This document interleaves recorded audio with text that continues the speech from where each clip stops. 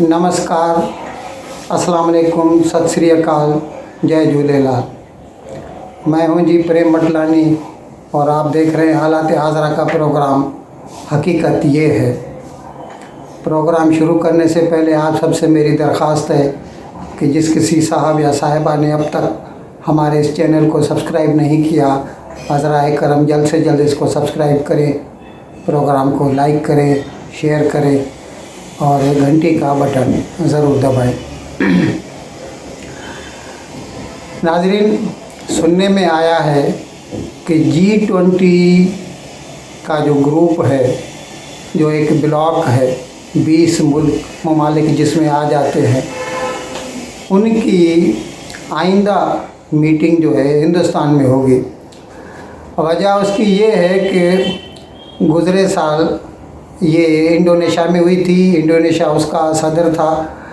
अभी वो सदारत जो है मुंतकिल होकर हिंदुस्तान के नाम पे हुई है। तो हिंदुस्तान को ये मतलब ये इसी 2022 में दिसंबर में हो जाएगी और फिर उसके बाद दिसंबर में या तो जनवरी 23 में हिंदुस्तान जो है G20 ममालिक की मीटिंग यहाँ पर हिंदुस्तान में मुनक़िद करेगा। और सुनने में ये आया है कि ये मीटिंग जो है ना कश्मीर में होगी। अब इस बात से पाकिस्तान को तकलीफ़ है कि कश्मीर में क्यों। एक तो ये हकीकत है कि जहाँ कहीं भी ये मतलब G20 की मीटिंग होती है तो वो हमेशा पुरफ़िज़ा मुकामात पर करते हैं। इस लिहाज से भी कश्मीर का इंतख़ाब जो है वो दुरुस्त लगता है। और दूसरे हो सकता है हिंदुस्तान चाहता हो कि दुनिया को ये मैसेज जाए कि कश्मीर में अमन अमान है और इससे कश्मीर का फ़ायदा होगा। वहाँ पे टूरिज़्म सयाहत बढ़ेगी, कश्मीर की कमाई बढ़ेगी, वहाँ के लोगों को रोज़गार के मौके फराहम होंगे। लेकिन दुख की बात यह है कि पाकिस्तान इससे खुश नहीं है। अभी एक यूट्यूब चैनल है कमर चीमा शो, उसमें साजिद तारड़ एक पाकिस्तानी हैं, मतलब पाकिस्तानी निज़ाद अमेरिकन हैं। उन्होंने अपने ख़यालात का इज़हार करते हुए कहा कि हिंदुस्तान अगर कश्मीर में ये मीटिंग मुनक़्क़द करता है तो इससे कुछ भी हो सकता है। यानी एक किस्म की अभी आपको धमकी तो देने के वो पोजीशन में नहीं है क्योंकि उनका तो सीधा कोई ताल्लुक़ नहीं है पाकिस्तान से, लेकिन इससे ये पता ज़रूर चलता है कि पाकिस्तानी अवाम की जो सोच है वो कितनी मनफी है। वो यही चाहते हैं कि ये कश्मीर में न हो और अगर होगी तो फिर उसके बुरे नताइज सामने आ सकते हैं। कि G20 समिट अगर पिछले माजी में देखी जाए जहां जहां भी होती रही हैं, वो एक तो बड़ी सीनिक जगह पे होती है जहां भी G20 मीटिंग्स होती हैं। दूसरा मैं समझता हूं कि जो अगले साल ये होंगी मीटिंग्स 190 मीटिंग्स होंगी भारत के अंदर, उनमें से कुछ फिर जो है they will take place in Kashmir. जो मैं समझता हूं उसके 370 आर्टिकल 370 के जाने के बाद कश्मीर के अंदर सबसे पहले ये बड़ी एक सिग्निफिकेंट मीटिंग होगी। इससे जो भारत है वो कई ऑब्जेक्टिव हासिल करना चाहता है,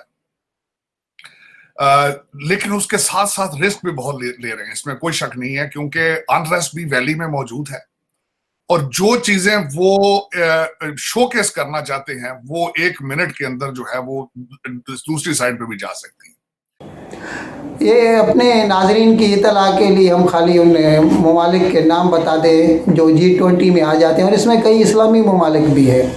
और देखिए, सोच लीजिए कि ये जब भी कोई भी दहशत गर्दाना वाक़या होता है, वारदात होती है, तो वो जो गोलियां होती हैं, जो बम होते हैं, जो कीलें होती हैं, वो इस बात में तमीज़ नहीं करती कि वो हिंदू को लग रही है या मुसलमान को लग रही है।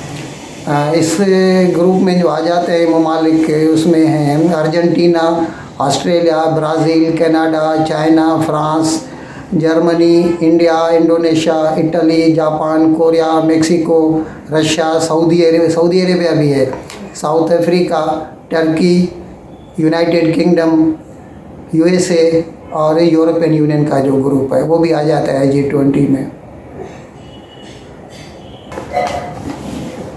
कल के रोज़ लाहौर में पाकिस्तान के वज़ीर आज़म जनाब शहबाज शरीफ ने एक हाई लेवल मीटिंग की सदारत की। उसमें उन्होंने इस बात का ज़िक्र किया कि गुज़िश्ता हुकूमत यानी PTI की जो इमरान ख़ान की हुकूमत थी, उन्होंने अमन अमान की सूरत हाल को बेहतर बनाने के लिए सूबों को एतमाद में नहीं लिया, या यूँ कह सकते हैं कि सूबों को इतने इख्तियारात मुंतकिल नहीं किए कि वो ज़्यादा मतलब हिस्सा अपना अदा करे। अभी हम चाहते हैं, मतलब शहबाज शरीफ ने कहा कि ये मौजूदा हुकूमत चाहती है कि सूबे ज़्यादा इसमें से, वैसे भी even otherwise law and order is provincial jurisdiction, it comes under provincial jurisdiction. तो मामला ही जब भी वो सूबों से ताल्लुक़ रखता है तो सूबों को ज़्यादा मतलब एतमाद में लेना चाहिए, सूबों को ज़्यादा एतमाद में लेना ज़रूरी होता है। एक खुशी की बात है, पाकिस्तान के सिपह सालार या यूँ कह दीजिए कि चीफ ऑफ आर्मी स्टाफ जनाब कमर जावेद बाजवा, जनरल कमर जावेद बाजवा को सऊदी अरेबिया ने हाईएस्ट एजाज़ दिया है अपना।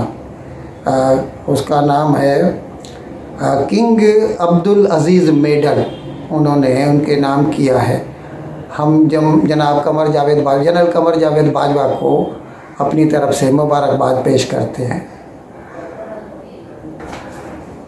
हमने कई मरतबा अपने नाज़रीन को बताया है कि पूरी दुनिया में तकरीबन पूरी दुनिया में पोलियो ख़त्म हो गया है, पोलियो फ्री हो गई है दुनिया, लेकिन चंद ममालिक हैं अब तक जहाँ पर अभी तक पोलियो है और वहाँ पर ज़्यादा मोहतात रहने की ज़रूरत पड़ती है। अब उन ममालिक में बदकिस्मती से पाकिस्तान भी आ जाता है। पाकिस्तान है, अफ़गानिस्तान है, सोमालिया है, कुछ अफ्रीका के कुछ ममालिक हैं, और उसकी वजह हकीकत में एक जहालती है। लोगों को ये बावर कराया जाता है कि आप ये पोलियो की वैक्सीनेशन कराएंगे, टीके लगवाएंगे, यानी वो जो कतरे पिलाते हैं वो पिलाएंगे बच्चों को, तो वो बच्चा जो है वो खसी हो जाएगा। और इस तरह से अभी उनको ऐसा लगता है कि ये एक साजिश है, दुनिया भर में मुसलमानों की जो आबादी है उसको कम करने के लिए साजिश रची गई है। और इसीलिए कई मुसलमान ममालिक इसमें आगे मतलब कई मुसलमान ममालिक जो है वो अच्छी तरह से ये पोलियो वैक्सीनेशन में हिस्सा नहीं लेते, और इसीलिए अभी तक पोलियो से आज़ाद नहीं हो सके। अभी 5 दिनों की एक नई मुहिम शुरू की गई है पाकिस्तान में, और पोलियो इम्यूनाइजेशन ड्राइव जो है ना, इसको जो ख़ास ज़िले हैं, कुछ ऐसे ज़िले चुने गए हैं, इंतखाब किया गया है जहाँ जो हाई रिस्क डिस्ट्रिक्ट समझे जाते हैं पाकिस्तान में, वहाँ पर ख़ास तौर पर ध्यान देने की ज़रूरत है। और ज़ाहिर है उसमें खैबर पख्तूनख्वा तो सबसे आगे ही होगा। इस ज़माने में किसी भी किस्म की कंप्लासेंसी की गुंजाइश नहीं है। हमें चाहिए कि बढ़ चढ़ के इसमें हिस्सा लें, अपने बच्चों को ये कतरे पिलवाएं और पाकिस्तान को पोलियो फ्री मुल्क बनवाएं।